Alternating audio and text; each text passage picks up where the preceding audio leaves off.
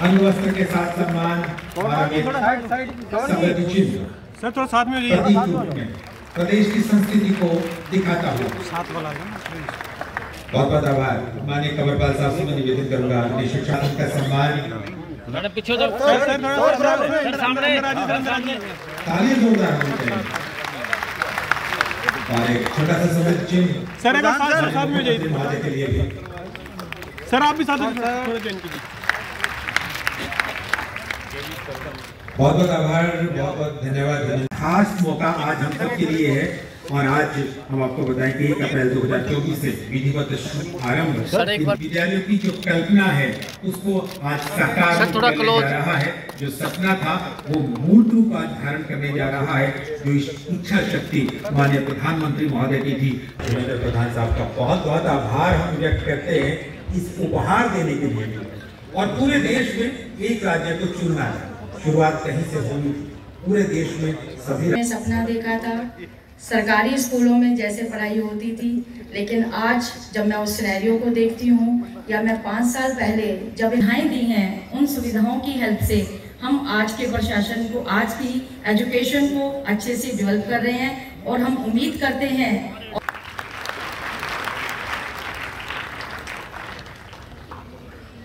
इस सभागार में बैठे हुए प्रत्येक व्यक्ति को देश के साथ साझेदारी की है, साथ ही राज्य की विशेष आवश्यकताओं और प्राथमिकताओं को ध्यान में रखते हुए राज्य में शिक्षा विभाग के अधिकारियों, जानी माली संस्थाएं और विभिन्न स्टेक होल्डर्स के सहयोग से school quality assessment and accreditation framework develop किया गया है। इस संबंध में शिक्षा विभाग ने कहा है इस प्रोग्राम के तहत विदेश के अलग अलग एक्रेडिटेशन कार्यक्रम और प्रणाली को भी समझते हुए राज्य द्वारा एक विशिष्ट फ्रेमवर्क बनाया गया है जो सभी सरकारी एवं निजी स्कूलों में academic progress, 4 holistic development, 5 health and safety, 6 school infrastructure, जिसमें से 38 प्रमुख स्टैंडर्ड्स हैं और 160 के ऊपर इंडिकेटर्स हैं जिनके ऊपर स्कूलों का मूल्यांकन होगा। एक्रेडिटेशन रिपोर्ट कार्ड और डेटा सबको होगा। माननीय मुख्यमंत्री महोदय का आगमन हम सबके बीच में हो गया। ये जोरदार तालियों था एक और जवान थे और तमाम तरह की व्यस्तताओं में से समय निकालकर आज हमारे बीच में इस कार्यक्रम में पधारे हैं। जाहिर तौर पर उनके आगमन से हम सबका हौसला बढ़ा है। एक बार फिर और कोई देरी न करते हुए हरियाणा की शिक्षा की धुरी को एक नई धार देने में, एक नई उत्कर्ष, एक नई ऊंचाइयों पर पहुंचाने में हमारे अध्यापक, हमारे स्कूल मैनेजमेंट समिति के सदस्यगण, उपस्थित पीएम श्री स्कूल से संबंधित सभी महानुभाव, भाइयों बहनों, विषय तो इस नाते से स्कूली शिक्षा का चाहे हमारे हरियाणा सरकार के शिक्षा मंत्री जी ने रखा अथवा पीएम श्री स्कूल का जो महत्व अपने केंद्र सरकार से के साथ शिक्षा मंत्री श्री धर्मेंद्र प्रधान जी ने रखा, विषय तो मैं समझता हूँ उतना प्रयास समझने के लिए है, लेकिन एक औपचारिकता जिसको कहना चाहिए उसको निभाते हुए थोड़े समय में भी अपनी बात रखूंगा। शिक्षा एक ऐसा विषय है कि इसके बिना मनुष्य पूर्ण मनुष्य नहीं कहा जा सकता। आदिकाल से शिक्षा की अलग अलग पद्धति रही। आश्रमों में शिक्षा होती थी, गुरुकुलों में होती थी, फिर आज के स्कूल इस नाते से चलने लगे और फिर समय के साथ साथ कार्य पद्धति में विकास भी होता गया जरूरत के हिसाब से भी। और जैसे जैसे शिक्षा आगे बढ़ती है तो शिक्षा ही अपने आप में नई चीजें लेकर के आती है कि यहाँ तक तो हमने कर लिया, इसको और बढ़िया बनाना है तो और क्या होना चाहिए। शिक्षा में 3R education, reading, writing, arithmetic, ये सब चलता है, लेकिन साथ में हम देखते हैं कि केवल इतने से एक नागरिक अच्छा नागरिक नहीं बनता, बल्कि उस नागरिक में अच्छे संस्कार, अच्छे गुण, व्यवहार और एक इतिहास की जानकारी, अपने देश की संस्कृति की जानकारी और देश के प्रति लगाव, ये सब चीजें होनी भी आवश्यक है। देश आजाद 47 से हुआ, अभी बड़े खेद की भी बात है कि उसमें ये जो आखिर में मैंने बातें बोली हैं इसको कभी ध्यान नहीं दिया गया, लेकिन देश के प्रधानमंत्री नरेंद्र मोदी जी ने इन विषयों को आगे बढ़ाने के लिए और ये जो नई राष्ट्रीय शिक्षा नीति, इसके माध्यम से इस देश की इतिहास की जानकारी, इस देश के संस्कृति की जानकारी, व्यक्ति में संस्कार अच्छे आए, रोजगार परक शिक्षा हो, ऐसे सारे प्रावधान किए। उन्हीं प्रावधानों के माध्यम से आज ये सारी चीजें आ रही हैं। पीएम श्री जैसा बताया कि school for rising India, Shri का एक अगर पूरा उसका व्याख्या की जाए तो स्कूल फॉर राइजिंग इंडिया, संयोग से श्री स्कूल के साथ लग गया है। पीएम आगे लगाया श्री अपने है एक संबोधन होता है सम्मानजनक, तो स्कूलों को भी एक सम्मान मिले। स्कूल अब से श्री स्कूल हो गए, पीएम श्री स्कूल। और स्कूल के सम्मान का मतलब है कि हाँ, जुड़े हुए सब लोगों का सम्मान, चाहे अध्यापक हो, चाहे प्रबंध समिति हो, उन सबका सम्मान कब बढ़ेगा जब व्यवस्था को बढ़िया बनाएंगे। इसमें सबसे पहले पढ़ने वाला बालक तो एक पूरी स्लेट में आता है, जैसा हम पढ़ाना चाहेंगे पढ़ जाएगा, लेकिन जो पढ़ाने वाला है इसको अपने आप को उस बात के लिए तैयार करना पड़ेगा कि मुझे अपने विद्यार्थी को उसके स्तर के हिसाब से कैसे आगे बढ़ाना है। स्तर सबका अलग अलग होता है। एक समय ऐसा माना जाता था कि 6 साल से बच्चे के दिमाग पर बोझ नहीं डालना चाहिए, स्कूल में तो 6 साल से नीचे पढ़ना ही नहीं है। हमारे जमाने में हम 1960 के अंदर एडमिशन लिया तो 6 साल से पहले दादी स्कूल में लेके गई, अध्यापक ने मना कर दिया, नहीं जब तक 6 साल का नहीं होता स्कूल में आ ही नहीं सकता।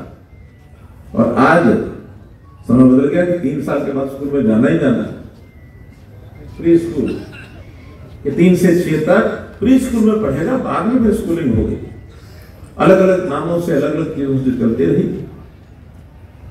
तो आज की आवश्यकता है कि बचपन में ही उन बच्चों को जो वो ग्रैस्प कर सकते हैं, जो वो अधिग्रहण जो ग्रहण कर सकते हैं, उस हिसाब से उसको पढ़ाना है। शुरू किया प्ले वे स्कूल, भाई खेलना तो है ही बच्चे को। 3 साल का, 2 साल का, 4 साल का, 5 साल का, ये खेलता ही है बच्चा, तो खेल भी खेले, खेलते खेलते सीखने की विषय, उसी का नाम प्ले वे स्कूल हो गया। एक बात की चर्चा हमारे शिक्षा मंत्री जी थोड़ी की है, मैं पहले वो बोल देता हूँ कि रहना जाए। हरियाणा में हमने प्ले वे स्कूल्स की परंपरा पिछले 3 साल से शुरू की है। 4000 प्ले वे स्कूल्स पहले बन चुके हैं। वैसे तो बहुत सी आंगनबाड़ी हैं, उनको ही हमने कन्वर्ट किया, क्योंकि आंगनबाड़ी में 3 से 6 स्कूल के बच्चे होते हैं, उनको कन्वर्ट किया। कुछ नए स्कूलों के अंदर जहां भवन थे वहां नए प्ले वे स्कूल बनाए। आज से ऐसा तय किया है, जो हमारी ये राष्ट्रीय शिक्षा नीति का एक भाग है, कि जो 3 से 6 साल के स्कूलों का ये जो प्ले वे स्कूल नाम हमने रखा है, इसको नाम देश भर में जैसा नाम है बाल वाटिका स्कूल नाम रखा जाएगा। और हरियाणा में भी बाल वाटिका, अब इसको प्ले वे स्कूल नहीं कहेंगे, बाल वाटिका स्कूल कहेंगे। अध्यापकों का शिक्षण प्रशिक्षण कई उसके सिस्टम बने हुए हैं, और बढ़िया से बढ़िया उसमें प्रशिक्षण होगा अध्यापकों का। फिर भी अध्यापक के अंदर ऐसी एक कला चाहिए कि सामने वाला विद्यार्थी कैसा है उसको मैं कैसा सिखाऊं ताकि वो निपुण हो जाए। विद्यार्थी कभी कभी तो ऐसा होता है कि उसको हमारी बताई हुई बात समझ में नहीं आती, और वहीं इजराइल के बच्चों को वो सिखाते क्या है कि अपने देश का फलाना देश दुश्मन है, एक हमारा सैनिक दुश्मन के अगर 5 सैनिक मारेगा तो हमारे 5 सैनिक कितने लोगों को मारेंगे, वो 25 कह देगा, 25 सैनिकों को मारेगा। है प्रश्न तो मैथमेटिक्स का, लेकिन संस्कार क्या मिलूं कि मुझे अपने देश की क्या करना, रक्षा करना।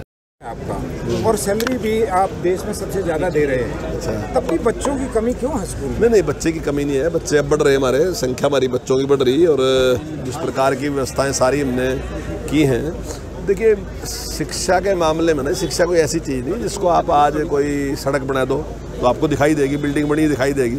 शिक्षा में आहिस्ता आहिस्ता ही तरक्की होती है। मान लीजिए एक विश्वास कायम करना, एक लंबे टाइम से एक विश्वास जो था ना सरकारी स्कूलों के प्रति कम हुआ बहुत। जब हम पढ़ते थे तब तो सरकारी स्कूल ही थे, प्राइवेट थे ही नहीं, थे भी तो बहुत कम थे, मतलब हमें पता भी था कि प्राइवेट भी स्कूल होते हैं। लेकिन अब आहिस्ता आहिस्ता एक इस प्रकार का माहौल बना। लेकिन अब माहौल बढ़ता जा रहा है, संस्कृति मॉडल स्कूल खुले, अब पीएम श्री स्कूल खुले, और भी स्कूल इस प्रकार से खुल रहे, तो जिस प्रकार की वहाँ एजुकेशन दी जा रही है। और अभी सुपरिटेंडेंट हमने चलाया ना, तो अभी मतलब बहुत क्रेज बढ़ा। मतलब मेरे पास एक अच्छा खासा आदमी जिस की पत्नी डॉक्टर है, स्वयं वो इंजीनियर है, और उसने मेरे से कहा कि भी मेरी बच्ची की कोचिंग आप करा दो। आप संतुष्ट हैं? सरकारी मैंने बोला हम तो सरकारी स्कूल में के बच्चों को ही कराते हैं। तो ये नहीं कि अब जब ये इस प्रकार का विचार बढ़ेगा कि सरकारी स्कूल में इस प्रकार की अच्छी व्यवस्था है और इस प्रकार की अच्छी कोचिंग दी जा रही है, इस प्रकार की अच्छी, तो उसके बाद एक ऐसा एक माहौल बढ़ता जाएगा और बच्चे बढ़ते जाएंगे, बच्चे बढ़ भी रहे हैं। अच्छा महोदय, पूर्व मुख्यमंत्री भूपेंद्र हुड्डा ने कहा है कि अगर उनकी सत्ता आती है आगे तो एसवाईएल का मुद्दा वो सुलझा देंगे।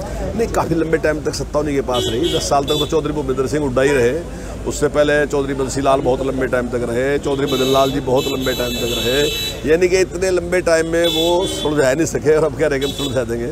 तो मैं समझता हूँ इस समस्या को जितने अच्छे तरीके से हम सुलझा सकते हैं और जहाँ तक हम लेके आए, मतलब अगर उनका कार्यकाल देखो और हमारा कार्यकाल देखो तो बड़ा भारी फर्क है। अच्छा, एक अंतिम सवाल आपसे जानना चाहेंगे, जो प्रॉपर्टी आईडी के लिए जिस कंपनी को आपने अधिकृत किया था सर्वे के लिए, नहीं देखिए उसको ब्लैक लिस्ट किया गया है, निश्चित तौर से उसके खिलाफ कार्रवाई की गई है और अब मैं समझता हूँ जो उसके जो प्रॉपर्टी आईडी की जो है समस्या वो काफ़ी हद तक सॉल्व उन्होंने कर दी। अच्छा, ये लोकायुक्त ने संज्ञान लिया, सरकार ने क्यों नहीं लिया इस चीज़ को? नहीं, सरकार ने लिया उसको, तो जो उसके पास जितना टेंडर था वो उस टेंडर का कुछ ही भाग उसने काम किया था जिसकी पेमेंट उसने ली थी, उसके बाद उसका अगला टेंडर कैंसिल कर दिया, उसको ब्लैकलिस्ट कर दिया। निश्चित तौर पर सरकार प्रॉपर्टी आईडी में गड़बड़ हुई है। नहीं ठीक है, देखिए अब हम काम देते हैं तो कुछ लोग करते हैं जो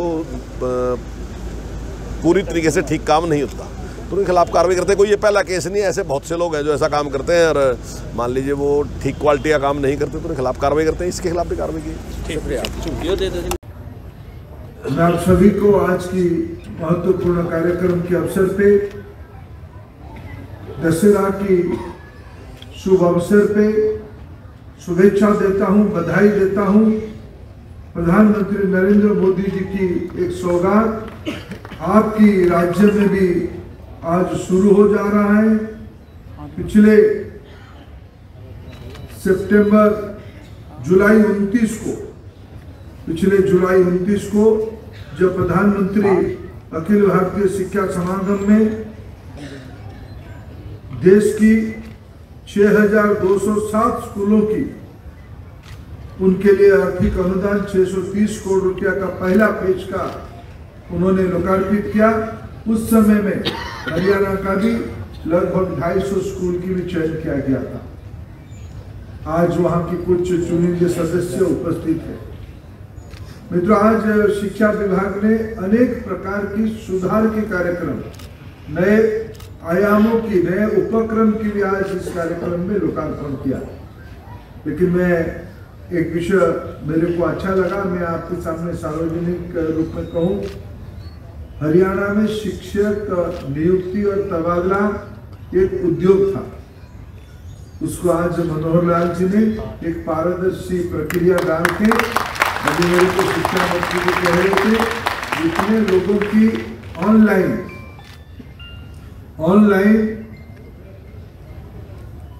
ट्रांसफर हुई है उनमें से लगभग 90% लोगों की संतुष्टि है। ये बहुत बड़ी उपलब्धि है, ये संभव है, टेक्नोलॉजी के माध्यम से पारदर्शी तरीका लाया जा सकता है। हरियाणा ने देश के सामने उसकी मिसाल खड़ा किया है। इस साल केंद्रीय विद्यालय संगठन ने भी, पहले भी तो ऑनलाइन कर रहा था, इस बार भी थोड़ा इस प्रकार के अनुभव को लेते हुए अभी एक सफल ट्रांसफर किया है। लेकिन एक आधा ट्रांसफर की पैरवी अरविंद शर्मा जी, मेरे मित्र अरविंद शर्मा जी मेरे को दे ही दिया है। मैं क्या करूं, अभी हरियाणा में क्या करूं अरविंद जी, आपने प्रदेश में पारदर्शिता ले आया, फिर आपने दिल्ली में कैसे करूं? चलो कुछ तो रास्ता निकलेगा। अरविंद शर्मा जी का अधिकार तो थोड़ा बहुत हमारे ऊपर बनता ही है, लेकिन मैं हरियाणा का इस सफल प्रयास के लिए हरियाणा के माननीय मुख्यमंत्री और शिक्षा मंत्री जी दोनों को बधाई देता हूं। देश के लिए उन्होंने अच्छा मदद किया। उन्होंने टेक्नोलॉजी के माध्यम से एजुकेशन देने के लिए जो उपक्रम, जो टैबलेट दिया है और उसको डायनेमिक बनाया है, मैं एग्जीबिशन में देख रहा था, वो भी एक अच्छा प्रयास है। मित्रों, ये पीएम श्री स्कूल क्या है? अगर संक्षेप में मैं आपको पीएम श्री स्कूल के बारे में 2-3 शब्द बताऊं, और यहाँ मेरे को बताया गया आदरणीय सरपंच महोदय भी यहाँ उपस्थित है प्रिंसिपल जी के साथ साथ, ये एक अच्छी बात है। समाज की सहभागिता से परामर्श से पीएम श्री स्कूल को, पीएम श्री स्कूल प्रधानमंत्री स्कूल फॉर राइजिंग इंडिया 2020 में देश में 34 साल के बाद नई राष्ट्रीय शिक्षा नीति आई है। राष्ट्रीय शिक्षा नीति में कई सारे मौलिक विषयों पे जोर दिया गया है। मौलिक विषय 2-3 अगर मैं आपके सामने उल्लेख करूं, है तो बहुत अनेक, लेकिन 2-3 विषयों को मैं उल्लेख करूं। आप याद करिए, अभी भी स्कूल में 2 विषयों की अभी भी स्मृति पिछले 20-25 सालों से घूम रहा है। ये वो है, अटल जी देश के प्रधानमंत्री होते थे, उन दिनों में स्कूल में बच्चों की उपस्थिति कम होती थी। अटल जी ने एक अभियान चलाया, चलो स्कूल चले हम, सर्व शिक्षा अभियान। एक पेंसिल, 2-3 बच्चे उस पर लटक रहे हैं और एक गाना, चलो स्कूल चले हम। ये याद है कि नहीं सबको? आज से आज मोदी जी की समय तक हमने समग्र शिक्षा और उससे आगे इस बार तो पीएम श्री तक पहुंचे, राइजिंग इंडिया की हमने कल्पना किया। इसीलिए पहला काम प्रधानमंत्री जी ने किया, राष्ट्रीय शिक्षा नीति लाया।